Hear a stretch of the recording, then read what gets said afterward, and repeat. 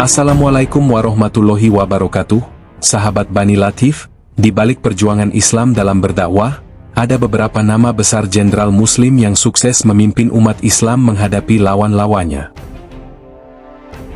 Salahuddin Al-Ayyubi. Salahuddin Al-Ayyubi atau yang biasa dikenal sebagai Saladin, merupakan komandan umat muslim terbaik sepanjang masa. Saladin terkenal dalam kisahnya pertempuran Perang Salib ketiga melawan Raja Inggris legendaris King Richard the Lionheart. Salahuddin dilahirkan di Tikrit, Irak, pada tahun 1137 Masehi.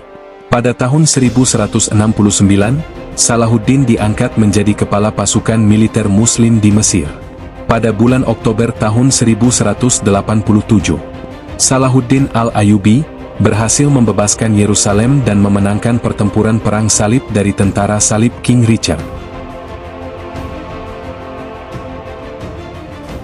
Muhammad Al-Fatih.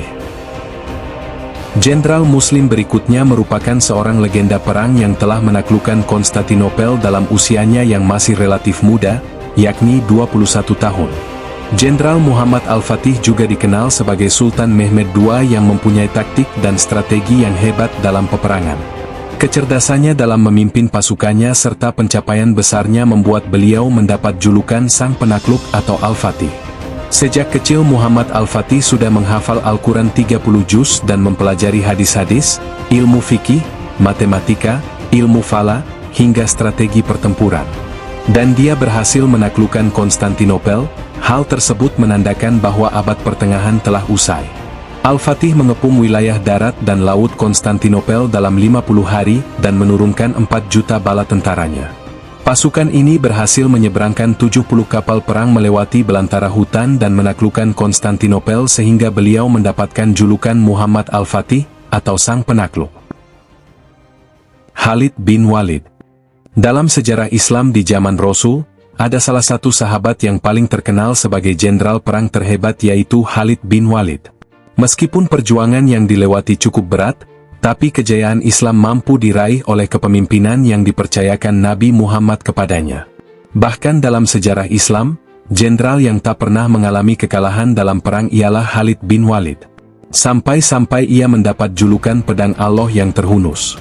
Sahabat Nabi ini sangat disegani di zamannya. Ia memenangkan peperangan dan menaklukkan tanah Arab hingga Mesopotamia dan berhasil memenangkan pertempuran dalam Perang Yarmouk. Abu Ubaidah bin Al-Jarrah. Walaupun kaum muslim pada zaman Nabi kalah dalam jumlah ketika perang, para jenderal lah yang berperan penting dalam menyusun strategi, sehingga tentara Islam berhasil memenangkan pertempuran. Sama seperti halnya Khalid bin Walid, Abu Ubaidah bin Al-Jarrah juga merupakan sahabat Nabi Muhammad, yang juga menyandang gelar jenderal perang. Ia memeluk agama Islam atas pengaruh Abu Bakar As-Siddiq sehari setelah Abu Bakar Siddiq memutuskan untuk memeluk Islam. Saat perang Badar berlangsung, ia terpaksa harus berhadapan dengan ayahnya sendiri Abdullah bin Al-Jarrah yang berada dalam barisan tentara kafir Quraisy, bahkan ia terpaksa harus membunuh kemusyrikan yang menetap dalam diri ayahnya. Atas perannya dalam medan peperangan, sosok Abu Ubaidah bin Al-Jarrah ini mendapatkan gelar dari Nabi Muhammad sebagai orang kuat yang terpercaya. Amr bin As. Ada 3 orang tokoh kaum kafir Quraisy yang sangat menyulitkan karena sengitnya perlawanan mereka dalam melawan dakwah Nabi Muhammad, salah satu diantaranya yakni Amr bin As.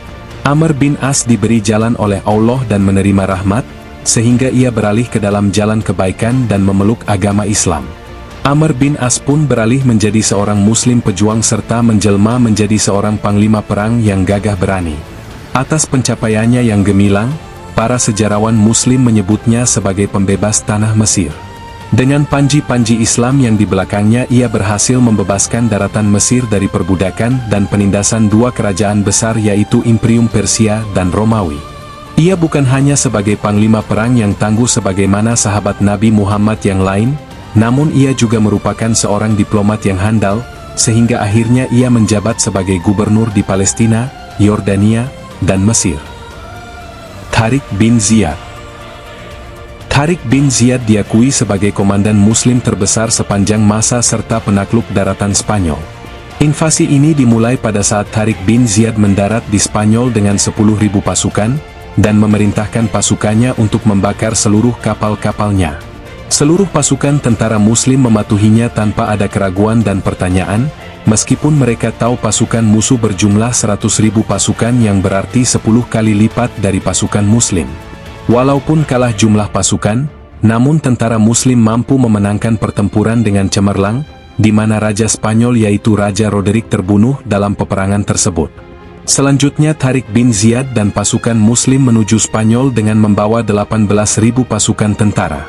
Pasukan Muslim berhasil menguasai Barcelona, Portugal, Zaragoza, dan 2/3 semenanjung Gibraltar. Bahkan pasukan Muslim sampai ke Prancis dan menguasai kota Lyon.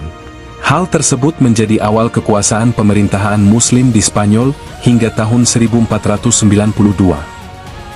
Sa'ad bin Abi Waqqas.